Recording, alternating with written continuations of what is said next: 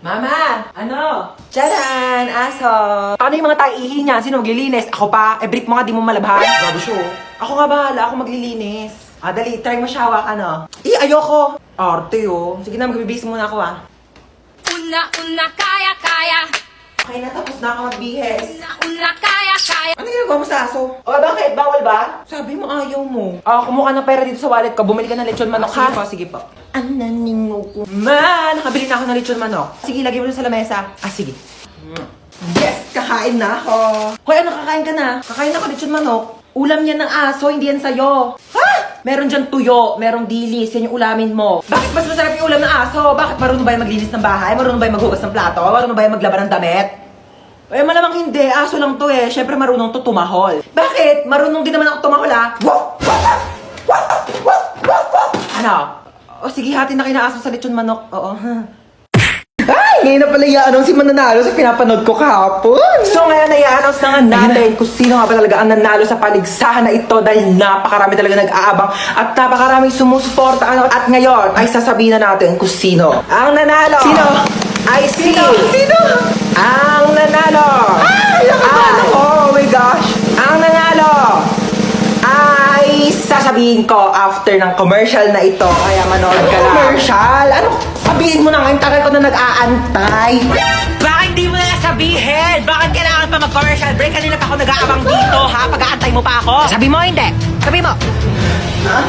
Ang nanalo ay ang contestant number 1. Hoy, ano? Hindi ka na ba maglilinis ng bahay? Puro ka na ng cellphone? Wait lang, kakagising ko lang naman eh. Wala ka na kinilos dito sa bahay At paano pag nawala ako? Kaya mo na ba mabuhay mag-isa? Ito na nga. Magwalis ka dyan, maglilinis ako ng CR. Asan yung panlinis ko dito ng CR? Ito yata.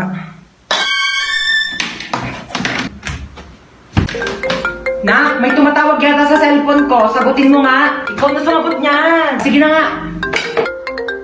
Hello Mare, ano balita? Tututbrush muna ako Ba't nandito sa kubeta yung toothbrush ko? Sige ha, tatawagan kita mamaya. Asan yung toothbrush dito sa may kubeta? Nak, kinuha mo ba yung toothbrush dito sa may kubeta? Toothbrush ko to. Yang ginagamit mong toothbrush pang linis ko yan dito sa kubeta. Eto yung toothbrush mo nasa baso. Kaya pala ang baho ng lasa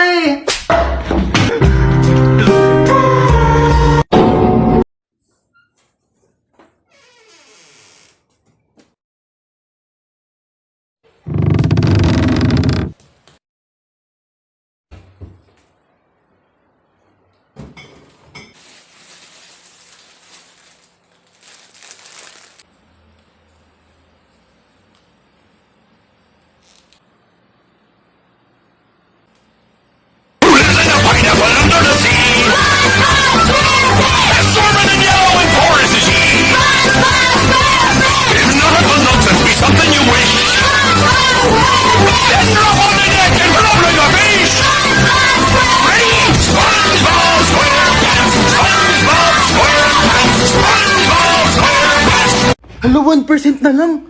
Saan ba yung charger ko? Yun. Charge ko na nga lang muna to. Matutulog na lang ako. Saan ba yung charger? Lobat na ako Yun. Tulog-tulog pa siya Sasayang talaga to ng kuryente Patang init. Bakit di dito naka-charge? Sino din nagpatay ng electric fan? Ba mga tao dito? Parang di naman pamilya. Paano ba kasi ito tanggal? Hala, naputol.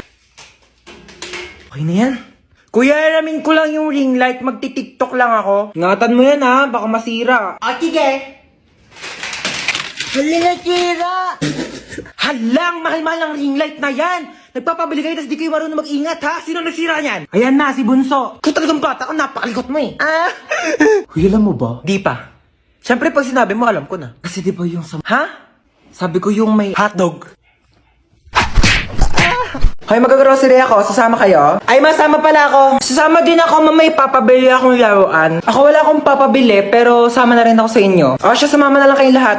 Yeah.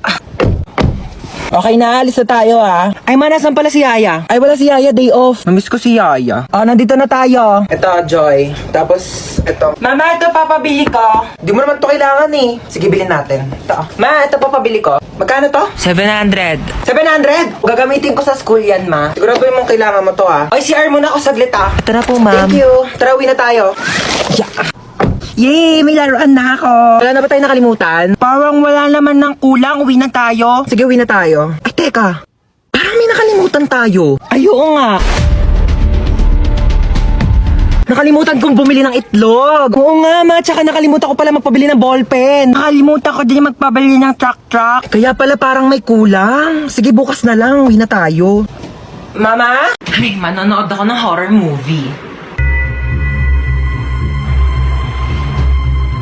Ang kwentong ito ay tungkol sa isang babaeng nakakatakot na kumakatok sa pinto tuwing 3:00 ng madaling araw. Sus, bakit kasi pinapaniwalaan yung mga gantong bagay? Hindi naman totoo to.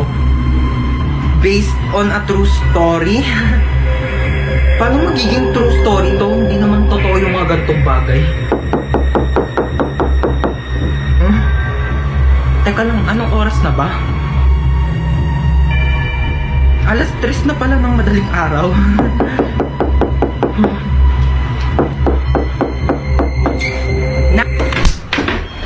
Alam mo, manghihiram lang sana ako ng charger kasi lubat na yung cellphone ko. Charger?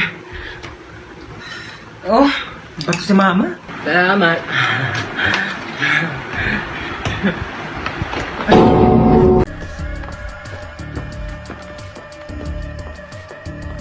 Aray ko, te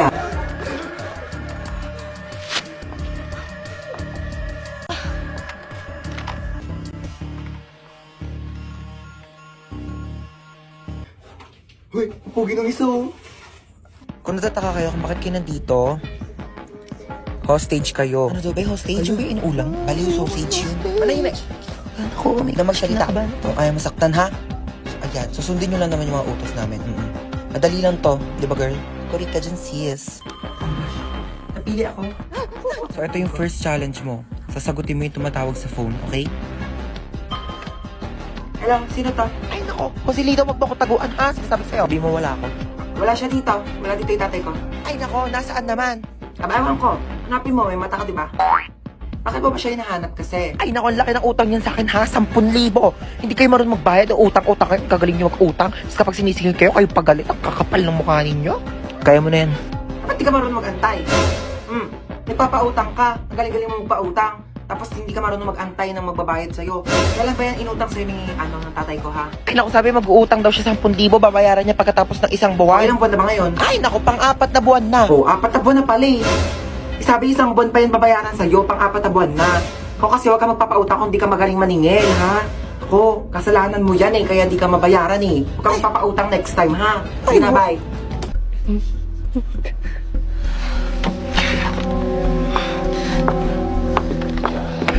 Saan ba yung batang yun? Oras na.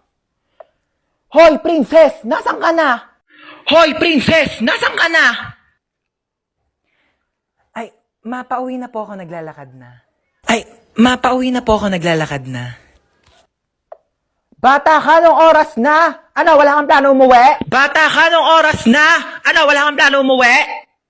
Kaya nga ako bumili ng pasalubong mo. Wait mo ako dyan, ma. Okay. Okay, sige, nakaingat ka, ha. Nak, paano ba buksan tong TV?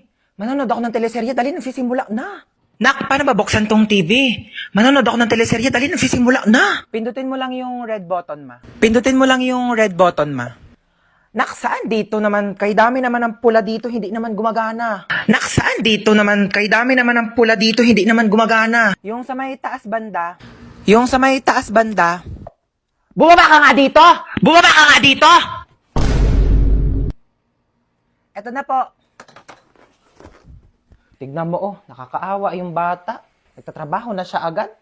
Dapat nag-aaral pa yan Kaya ikaw, napakaswerte mong bata ka. Pero nag-aaral naman ako. Nag-aaral, tapos 0 sa quiz. Magbasa-basa ka nga ng libro mo doon. Kunin ko yung cellphone mo eh. Uy ma, useful na kaya ang cellphone ngayon. Tignan mo, meron na tayong Buzz app. Diba, communication made easier talaga dahil meron siyang push-to-talk feature. Kaya pag pipindutin mo lang, maririnig na agad yun ang pagsasabihan mo. Diba, ang galing? Kung sa bagay, mabilis nga rin kitang nakokontak dahil dun sa autoplay feature. Kaya subukan mong patayin talaga yung autoplay feature. Naku, sa labas ka talaga titira. Hi babe, bubuyog ka ba? Hi babe, bubuyog ka ba? Bakit? Bakit? Basta, mahal kita. Basta, mahal kita. Ayan, hindi wala po yun, maano lang. Hindi ako pinanganak kahapon ha, may Buzz up din ako. Ano nga yan? Hoy! Ano babe? Tigilan mo yung anak ko! Hindi nga marunong magkilos-kilos dito sa gawain bahay tapos jojowa-jowa kayo? Ay, hello po tita, gusto niyo po ng halaman? Ay, hello po tita, gusto niyo po ng halaman? Ay, pwede naman. Dadalhan mo ko dito sa bahay. Lo, bilis. Ganun talaga. Parang Buzz up. O, diba? Mabilis na makipag-usap. True. O, diba? Sobrang convenient. Buti na lang talaga din-download natin. Wala, sige, maghugas ka na nga doon. Nang maging convenient naman ang buhay ko. Ibabas ko pa nga aking mga kumare. Mapit ang daming basura sa labas. Hubarin mo yung sapatos mo. Pasok muna ako, ang init kaya. Hubarin mo yung sapatos mo. Bawal magpasok ng sapatos dito sa loob ng bahay. Ito na nga, hubarin ko na. Bakit mo pinasok? Di ba sabi ko bawal magpasok ng sapatos dito sa loob ng bahay? Kakalinis ko lang ng sahig.